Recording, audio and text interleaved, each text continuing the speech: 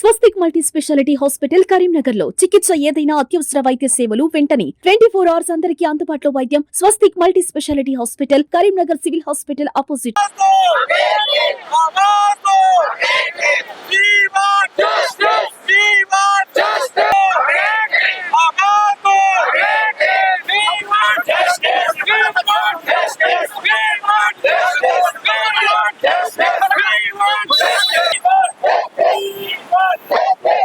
నమస్తే, welcome to Suman TV Karimnagar. నా పేరు వినయ్. కోల్కతాలో జరిగిన పీజీ డాక్టర్ పై అత్యాచారం మరియు మర్డర్ కరీంనగర్ మరియు దేశవ్యాప్తంగా హల్చల్ గా మారింది. ఇప్పుడు ప్రస్తుతం మనం కరీంనగర్ గీతా భవన్ సర్కిల్లో అయితే ఉన్నాము. మనకు జరిగిన అన్యాయానికి ప్రశ్నిస్తున్నారు డాక్టర్లందరూ కలిసి. అసలు ఏం జరిగింది, ఏంటి, అసలు ఏం జరుగుతుంది, ఇలాంటి విషయాలన్నీ అడిగి తెలుసుకునే ప్రయత్నం చేద్దాం. సార్, ఏమైంది సార్ అసలు చెప్పండి. ఏదైతే కోల్కతాలో నిర్భయ 2 ఏదైతే డాక్టర్ మీద అతి కిరాతకంగా రేప్ చేసి మర్డర్ చేయడం జరిగింది. ఇది ఒక దురదృష్టకరం. ఇది నేషన్కి బ్లాక్ డేగా పరిగణిస్తున్నాం మేము. ఇది మేము తీవ్రంగా అన్ని డాక్టర్స్ అసోసియేషన్ నుంచి, స్టేట్ నుంచి, నేషనల్ నుండి తీవ్రంగా ఖండిస్తున్నాము.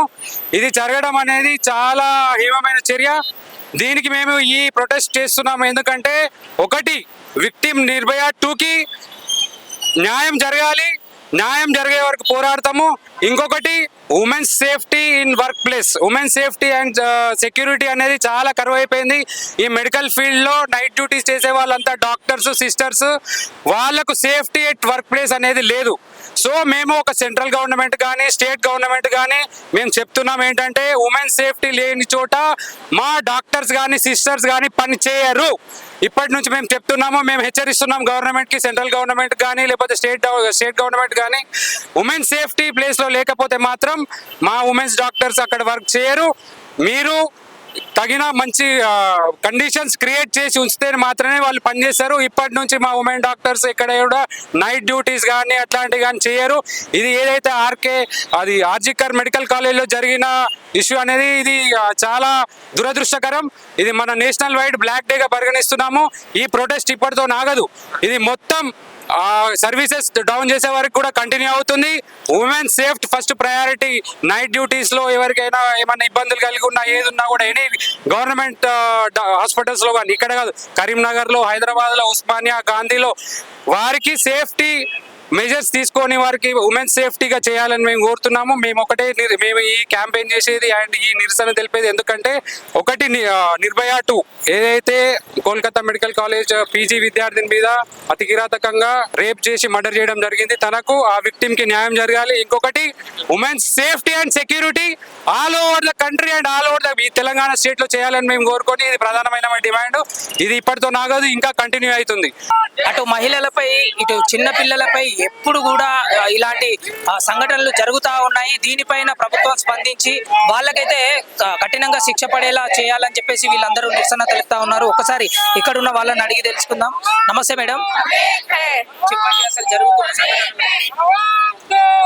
ఈ రోజు జరిగిన ఈ సంఘటన చాలా చాలా బాధాకరమైంది.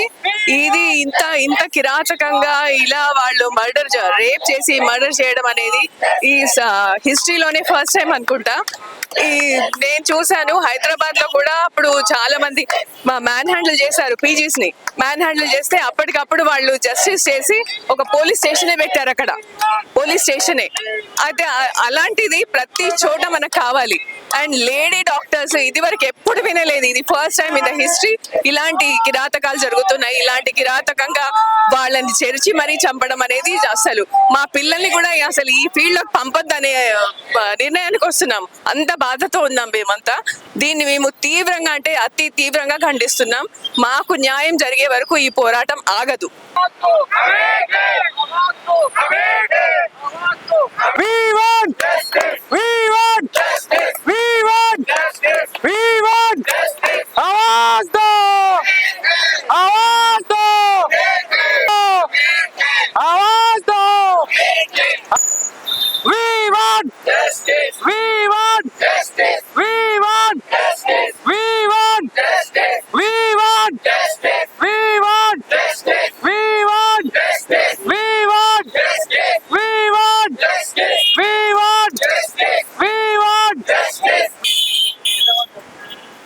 చిల్ల చెప్పండి.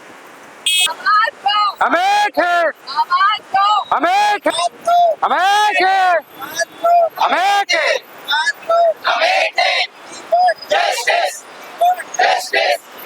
we want we want we want we want spread we want we want we want we want